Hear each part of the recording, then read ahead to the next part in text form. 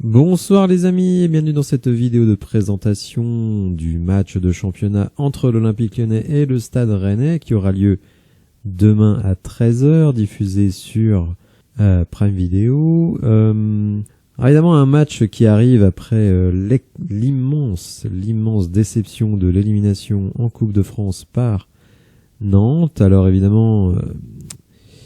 je le vois dans les commentaires, beaucoup de supporters, on va dire, vont se désintéresser de l'équipe jusqu'à la fin de la saison, considérant finalement qu'il n'y a pas grand-chose à jouer. Je pense que beaucoup attendent aussi les décisions qui seront prises peut-être par John Textor lors du prochain conseil d'administration du board lyonnais. On nous annonce quand même des changements assez radicaux dans l'organisation sportive. On est quand même début avril, le mercato va commencer dans 2 mois, et évidemment pour faire un mercato, il y a quand même plusieurs éléments qui doivent être déjà installés, c'est-à-dire un directeur sportif, une cellule de recrutement performante, et peut-être aussi un coach. Alors est-ce que ce coach ce sera Laurent Blanc? Ce n'est pas certain. Vous le savez, quand il y a un nouveau directeur sportif, en général il aime bien choisir son entraîneur et lui donner les joueurs qui vont avec. Après, licencier Laurent Blanc, ça coûte de l'argent. Moi je pense que c'est quelqu'un de compétent, Laurent Blanc, je me suis déjà pas mal exprimé sur lui.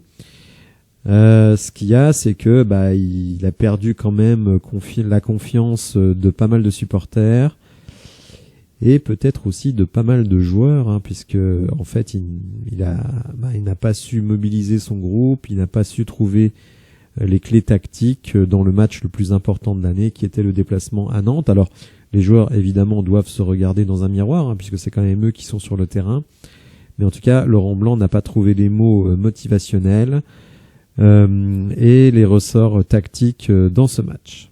Alors le groupe a été publié il y a quelques minutes, on va retrouver évidemment nos 3 gardiens habituels.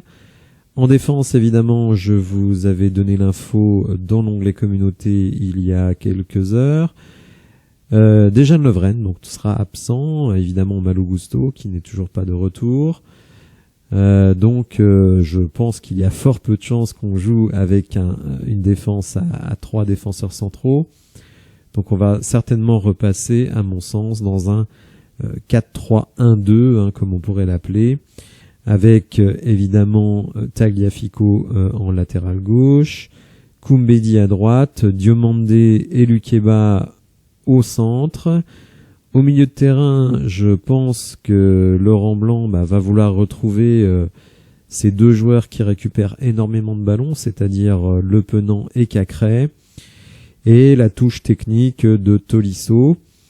En attaque, on aura certainement Ryan Cherki. Alors, je dirais que sur ses performances sportives récentes, Ryan Cherki ne mérite pas d'être titulaire, mais néanmoins, vous le savez, il doit réaliser un certain nombre de titularisations cette saison pour être prolongé jusqu'en 2025. Et effectivement, dans une optique de transfert, si le joueur a 2 années de plus, une année de plus dans son contrat, puisqu'il est sous contrat jusqu'en 2024 et donc éventuellement prolongé jusqu'en 2025, évidemment le montant du transfert est beaucoup plus élevé s'il est là jusqu'en 2025. Donc il devrait être titulaire avec Barcola et Lacazette. Vous remarquez évidemment la présence de Seko Lega, qui avait fait quelques entrées intéressantes pendant la préparation l'été dernier. Et évidemment, celui qui est réclamé par tous, Mohamed El Arouche. Je pense que si Mohamed El Arouche est dans le groupe, il a quand même une petite chance de jouer. J'en suis pas certain, je mettrai pas ma main au feu, mais je pense qu'il a une petite chance de jouer. On a envie de voir ce qu'il est capable de donner, parce que c'est un joueur qui a du talent, mais il sera plutôt en rotation de Cacré ou de Le Penant. Vous le savez, on a une équipe de petite taille et on ne va certainement pas avoir un milieu de terrain avec 3 nains, faut bien le dire, Cacré, El Arouche et Le Penant. Donc on va regarder ça. Bon, je ne pense pas que Seko Lega va jouer. Laurent Blanc a dit en conférence de presse qu'il continuerait à faire avec l'effectif qu'il a entre les mains et on peut penser que Dembélé va jouer. Alors on aimerait bien voir également aussi Jeffinho, qui est rentré 10 minutes à Nantes, il n'a pas touché un ballon, donc on n'a pas vraiment pu se rendre compte. On a hâte de voir vraiment si ce joueur vaut la peine ou pas. Alors un match qui va évidemment se dérouler dans une ambiance un petit peu particulière, puisque plusieurs groupes de supporters ont annoncé tout simplement qu'ils ne seraient soit tout simplement pas là, soit qu'ils boycotteraient les chants. Est-ce que ce match va attirer beaucoup de monde? Je ne sais pas. D'après un compte Twitter qui s'appelle StadOL et qui suit les réservations, on va voir un petit peu combien de spectateurs sont attendus. Donc selon l'estimation du compte Twitter StadOL HD, il devrait y avoir entre 46 et 47 000 spectateurs demain, donc c'est quand même pas rien. Par contre, évidemment, sans les groupes de supporters, l'ambiance sera dictée par l'intensité et la qualité du match. J'avoue que je ne sais pas du tout à quoi m'attendre après, évidemment, le match navrant de mercredi dernier. Alors, si on veut être purement factuel, il se trouve que 2 matchs qui nous intéressent potentiellement ont lieu ce samedi, et vous n'êtes pas sans savoir que le LOSC a perdu chez le dernier du championnat, donc Angers, 1-0. À l'heure où je fais la vidéo, il y a Nice, Paris Saint-Germain, et pour le moment, le PSG mène 1-0, ce qui veut dire que Lille, Nice, pour le moment, font du surplace. Nous rencontrons Rennes, donc évidemment, si on bat Rennes, eux aussi feront du surplace. Et si on veut avoir une vision un petit peu, on va dire, optimiste de la situation, on peut se dire qu'en cas de victoire face à Rennes, nous marquons 3 points et nous passerons donc devant Nice. Alors Reims reçoit Brest, c'est difficile d'anticiper ce qui peut se passer, mais Reims est une équipe, on va dire, qui a le vent en poupe. Mais en tout cas, voilà, si on marque 3 points, on reviendra tout simplement à 5 points de Lille. Alors je vous dis pas que ça nous annonce une remontada inespérée en toute fin de championnat, mais ça laisse une toute petite porte entrouverte pour la 5e place qui, je vous le rappelle, permettrait de se qualifier pour la Conference League, alors qu'il n'est pas une Coupe d'Europe extrêmement prestigieuse, c'est le moins qu'on puisse dire. Quand on voit les équipes qui restent qualifiées cette saison pour cette compétition, c'est vraiment du 3e ou du 4e zone européen. Mais bon, ça peut un petit peu rythmer notre saison, parce qu'il faut bien dire que les semaines sans Coupe d'Europe, c'est quand même très ennuyeux. Alors notre adversaire, le Stade Rennais, une équipe évidemment qu'on connaît très bien, tout simplement parce que le coach de cette équipe, c'est Bruno Genesio, le directeur sportif, c'est Florian Maurice, donc des gens évidemment qu'on connaît très très bien à Lyon. Une équipe un peu champagne la saison dernière et en début de saison, mais qui, depuis la blessure notamment de Martin Terrier, et on va dire certains melons qui se sont gonflés dans l'effectif, on pense notamment à Lovre-Mayer, cette équipe est quand même beaucoup moins rayonnante. On va regarder un petit peu ses prestations récentes. Donc, une défaite à domicile face à Lens, il n'y a rien de scandaleux à ça. Une belle victoire à Paris, mais on a vu nous aussi que gagner à Paris, c'était pas vraiment devenu un grand exploit. Avant cela, il n'avait pu faire que match nul à Auxerre. Défaite à domicile face à Marseille. Une victoire sur Nantes, chose que nous n'avons pas su faire, mais un petit but à 0. C'est plus le Rennes flamboyant de la saison passée. Élimination en Europa League face au Shakhtar Donetsk. Avant cela, une victoire à Clermont, face à Clermont, mais avant ça, vous avez vu 3 défaites quand même, donc le Shakhtar, Toulouse et Lille. Donc une équipe de Rennes qui a du mal à marquer sur ses matchs récents, et on va dire la difficulté à marquer, c'est un peu aussi ce qui nous caractérise.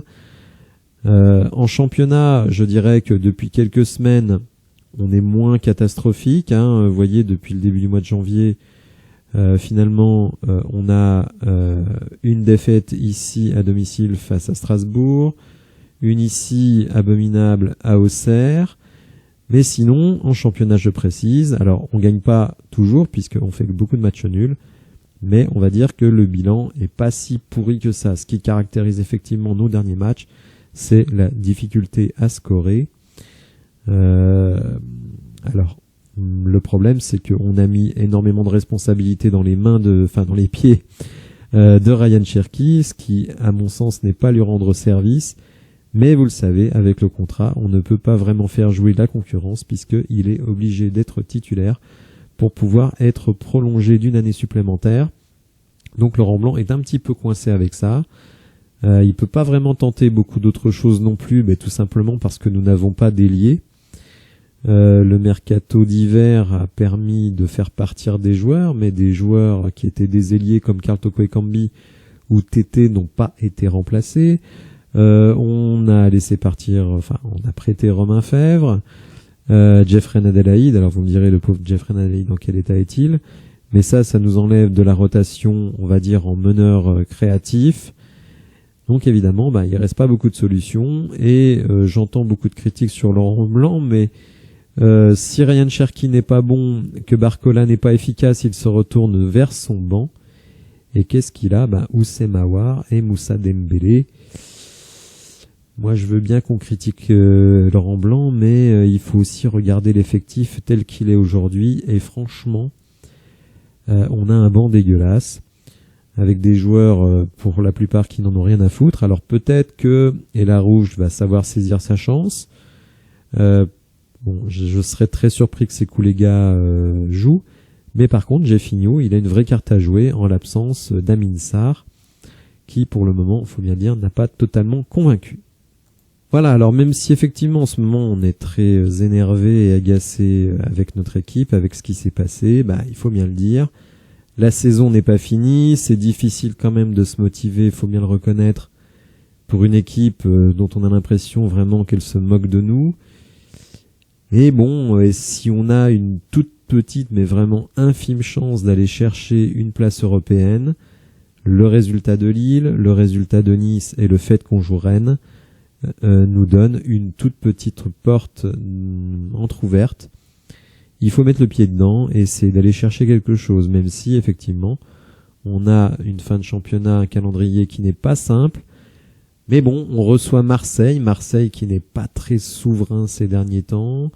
Je crois qu'on reçoit également Monaco qui est en dents de scie. Donc en plus, je crois qu'on joue ces deux équipes à domicile. Donc je veux dire, c'est pas non plus dingue d'imaginer qu'on puisse ramener quelque chose. En tout cas, j'espère que les joueurs, eux, vont rester professionnels et n'auront pas démissionné. Il y aura de l'ambiance face à Marseille, ça c'est sûr. Il y en aura moins face à Rennes, mais je pense que Rennes est prenable. Et globalement, les équipes qu'on va jouer jusqu'à la fin de la saison. Voilà, j'espère que vous avez apprécié la vidéo. Si c'est le cas, n'hésitez pas à la liker, à vous abonner à la chaîne. Et je vous dis à demain pour un débrief du match en fin d'après-midi. Merci de m'avoir suivi, au revoir.